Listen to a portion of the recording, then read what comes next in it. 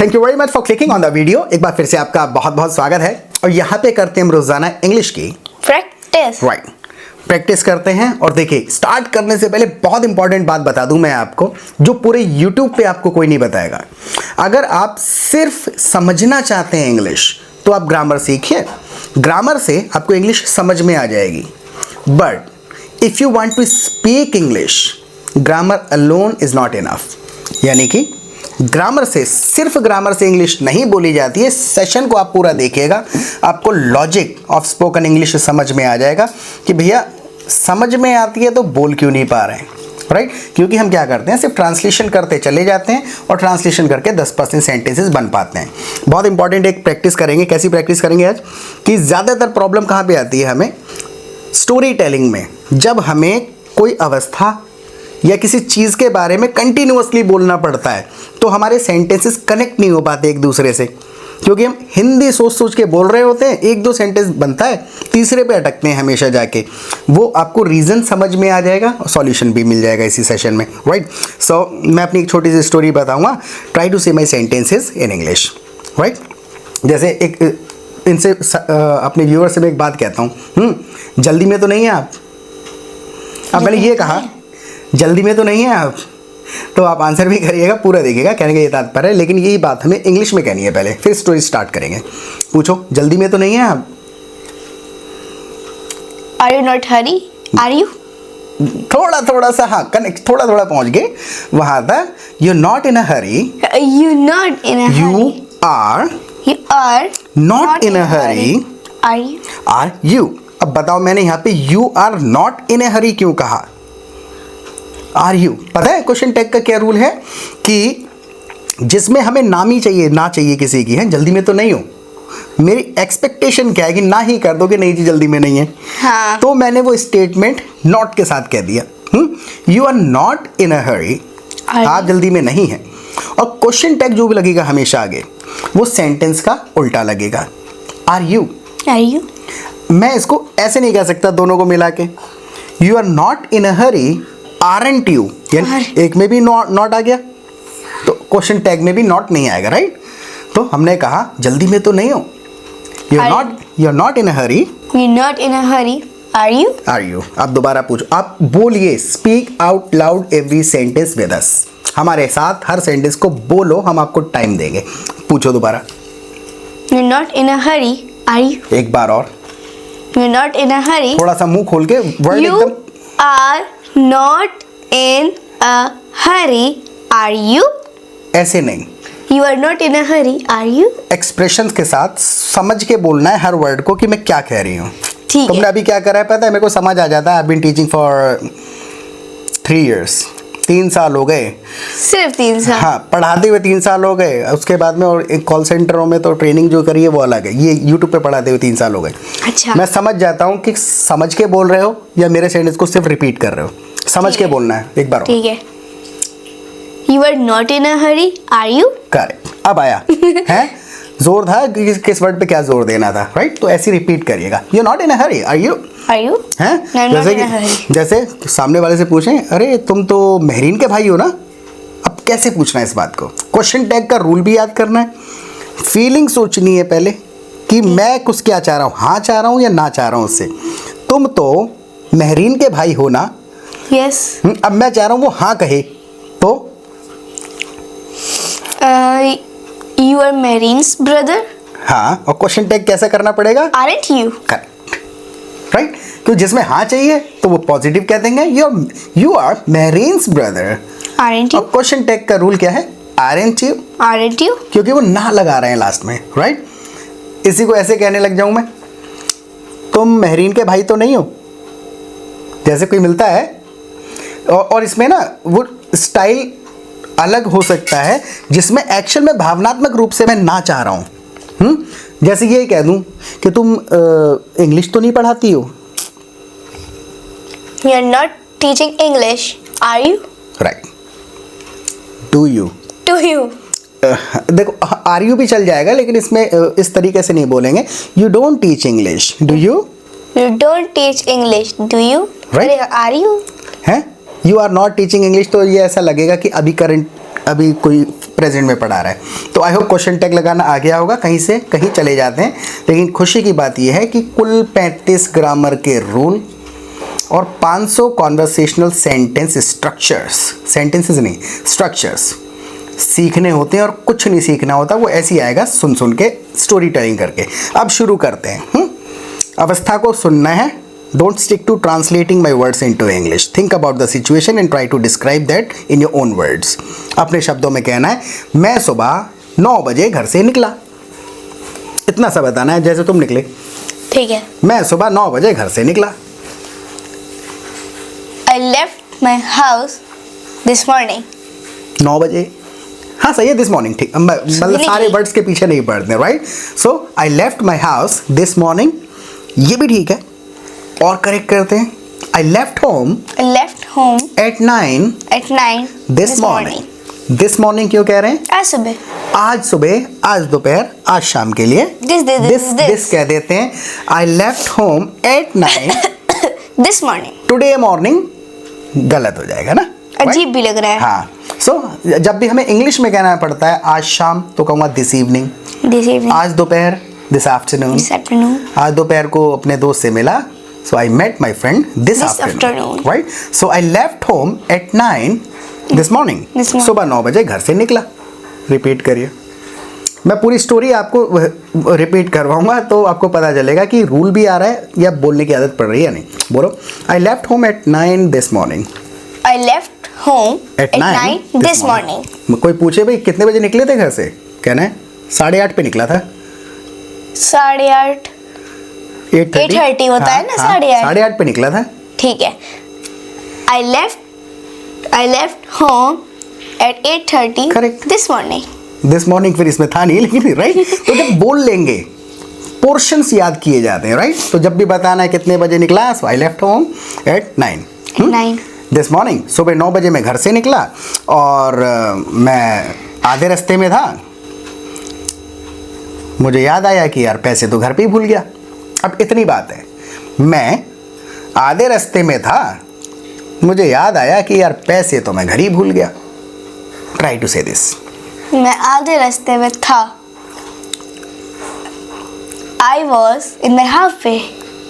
इन हटा देना है बस। I was halfway. Half way. जब भी हम आधे रास्ते की बात करते हैं तो ये अब इसमें देखो मैच करके ट्रांसलेशन नहीं कर, मैं आधे रास्ते में था, I was in mid way half, वो है ना, नहीं बनती है बात, यहीं अटक जाते हैं आके। इतना तो आ जाता है आई वॉज, मैं था, लेकिन आधे रास्ते में कैसे, राइट।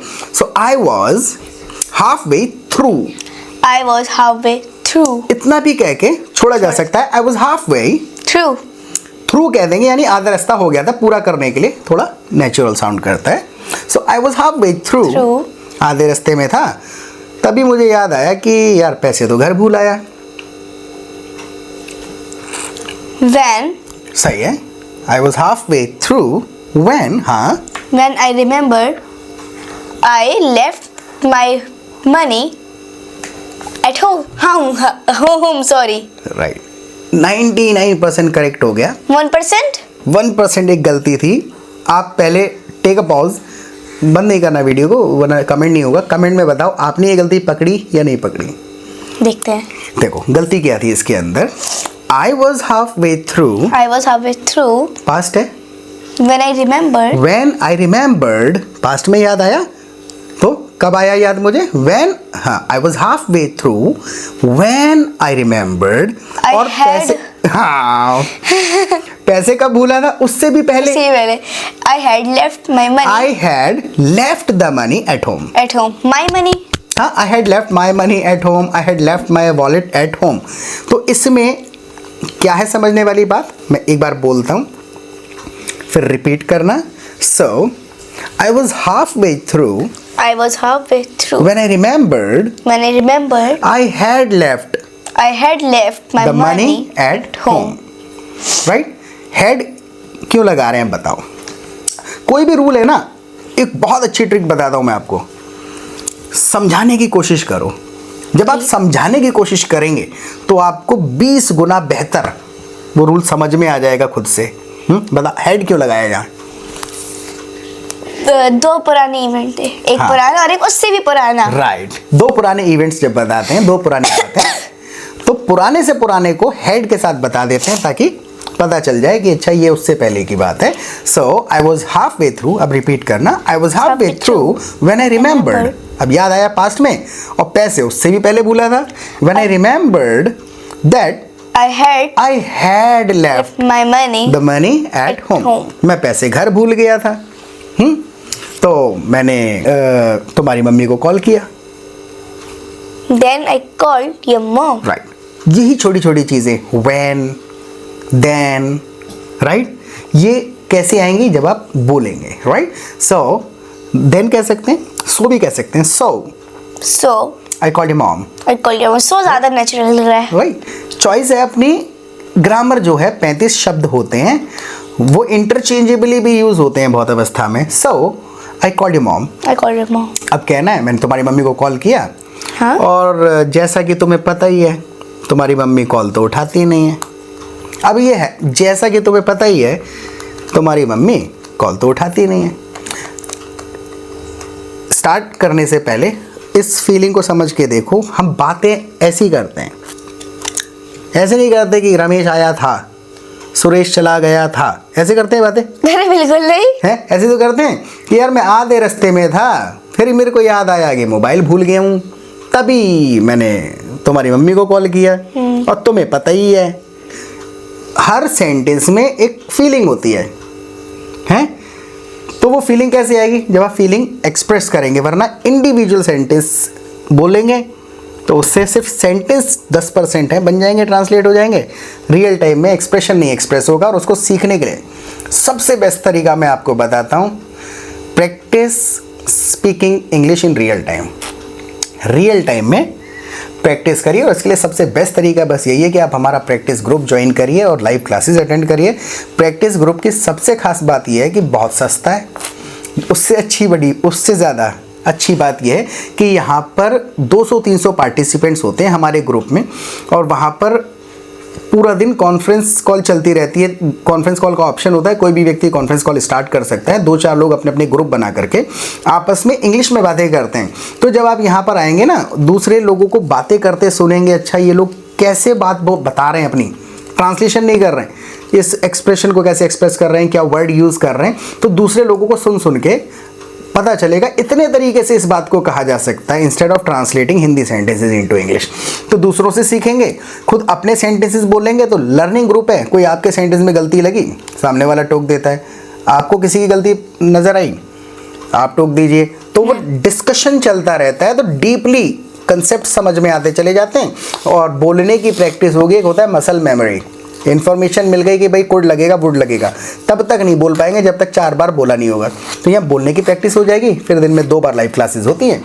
जो भी कन्फ्यूजन रह जाते हैं, ग्रामर रूल्स हैं और बहुत ज़्यादा कॉम्प्लिकेटेड कुछ चीज़ें, we simply come together every evening and we discuss those grammar rules in detail.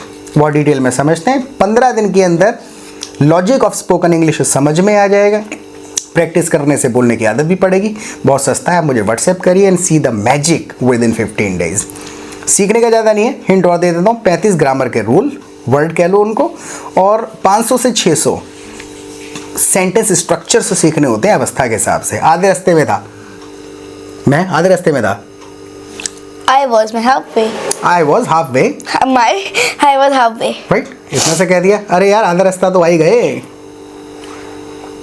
We already halfway. We are already halfway through. तब रट जाएगा, हैं?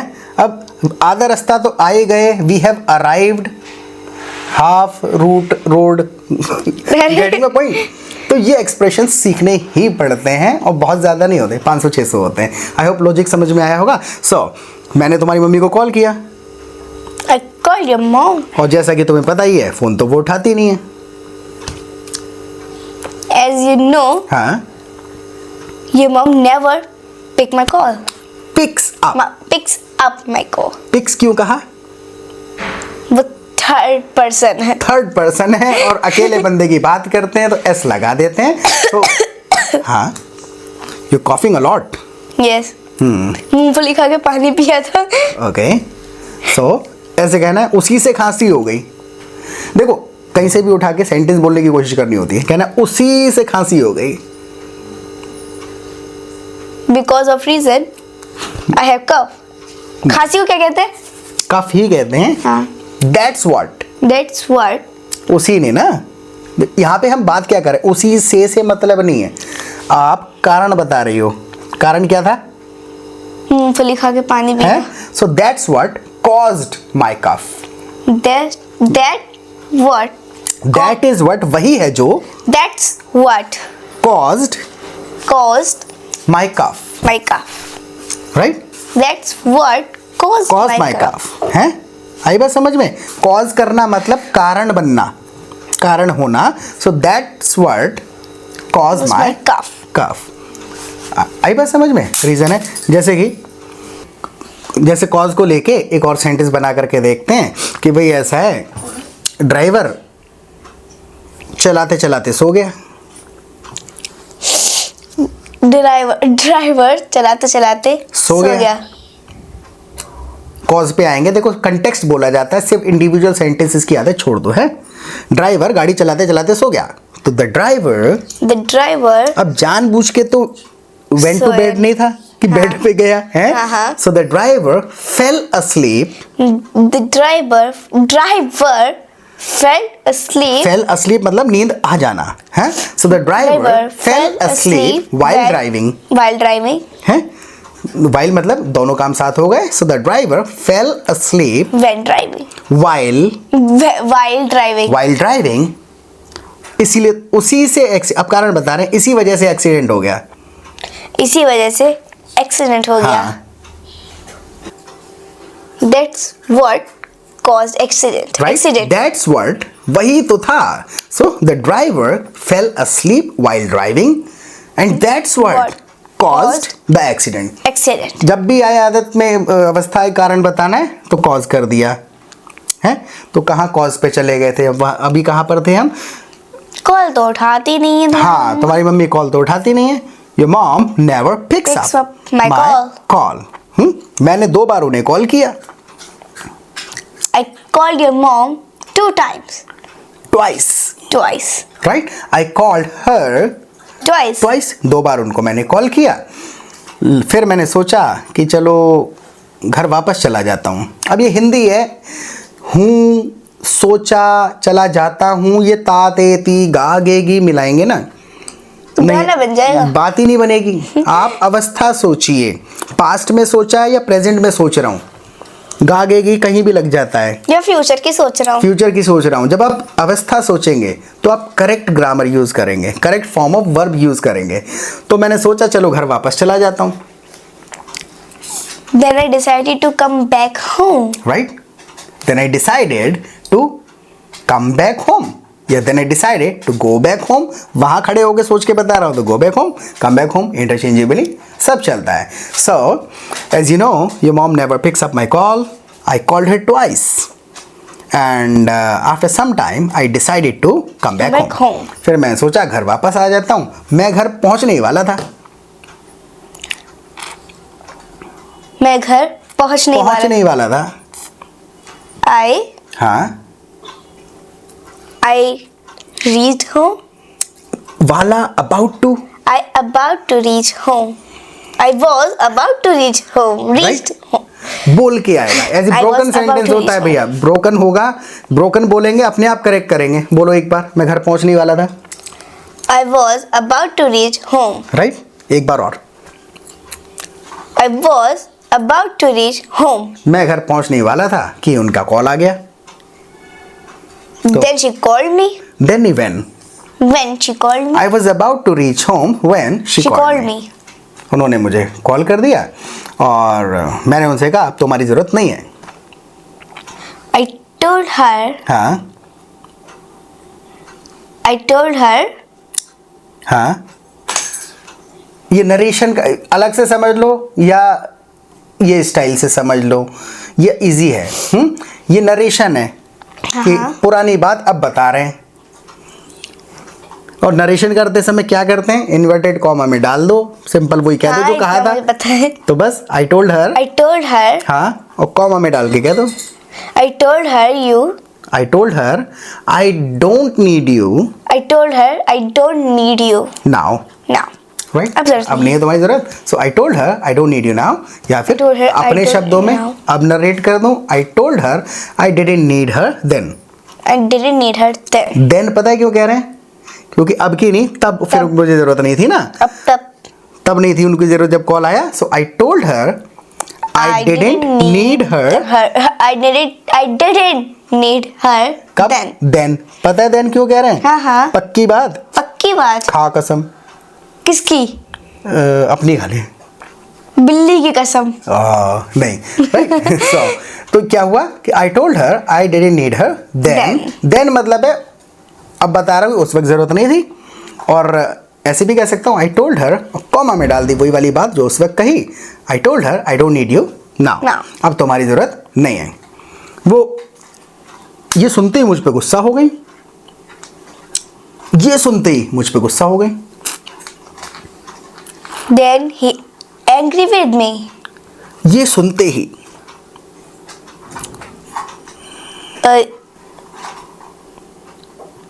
हम देखो अब क्या करते हैं. अब फिर से महरीन वही ट्रैक बदल दिया थोड़ा सा. जैसे मैं जितने शब्दों में हिंदी कह रहा हूं आप कर रहे होंगे शायद वही चीज. उतने शब्दों में इंग्लिश बोलने की कोशिश क्यों कर रही हैं आप? आई बात? ठीक है. वो ये सुनते ही गुस्सा हो गए. तो बात को समझाओ. Don't stick to translating and using all the Hindi words in your English sentences. When she heard that, she got angry. गुस्सा हो गई. When she heard that, she got mad at me. बहुत भयंकर. मुझ पे गुस्सा हो गई. उन्होंने मुझसे कहा कि मैं तुम्हारा फोन उठाने बाथरूम से बाहर आई हूँ. मैं तुम्हारा फोन उठाने बाथरूम से बाहर आई हूँ. ये लास्ट सेंटेंस है, पूरा बोलिएगा. ठीक है. उन्होंने मुझसे कहा मैं तुम्हारा फोन उठाने बाथरूम से बाहर आई हूँ निकल के. She told me. हाँ. She told me बाहर निकलने को. Came out. She told me I came out of the bathroom. Just pick up your call. Just to pick up your call. Just to pick up your call. She told me. उन्होंने मुझसे कहा. She told me और आगे ना comma में डाल दी पूरी बात जो उन्होंने कही. नरेशन का सिंपल सा रूल है. कोई दूसरी चीज ही नहीं सोचनी है भाई. सामने वाले की बात तो ही बता रहे हैं. क्यों गुणा भाग करना खामखा का. जो उसकी बात बता रहे हैं उसी के शब्द बता देंगे. She told me कॉमा में डाल के I came out of the bathroom just to pick up your call. And you don't need me now. And you don't need me now. अब वो जरूरत ही नहीं है मेरी. You don't need me now. Right. तो आई होप आया होगा समझ में. और कितनी छोटी सी स्टोरी थी. देखो सुनने में लग रहे होंगे कितने सेंटेंसेस हैं. बहुत छोटी सी स्टोरी थी लेकिन इसमें बता देते. इसमें ग्रामर 50% से ज़्यादा है. जिस व्यक्ति को ये बात कहनी, इतनी आगे बात समझानी, तो इसमें नरेशन भी था, इसमें कंडीशनल भी था, इसमें पास्ट प्रेजेंट भी था और इसके अंदर कॉमन एक्सप्रेशंस भी थे. तो इस तरीके से अगर आप 1000 सेंटेंसेस बोल लेंगे, 1000 बोलने नहीं पड़ेंगे, उससे पहले ही आपको लॉजिक समझ आ चुका होगा. तो अगर आपने हमारे वीडियो को अभी तक लाइक नहीं किया है तो प्लीज़ लाइक करिए. और लाइक करने के बाद ना एक हाइप करने का ऑप्शन दिखेगा आपको. हाइप ज़रूर कर दीजिएगा. It will help our video reach more people on YouTube. उससे उनका भी भला हो जाएगा, थोड़ा सा हमारा भी भला हो जाएगा. तो हाइप ज़रूर करना है और प्रैक्टिस करते रहें. बाय.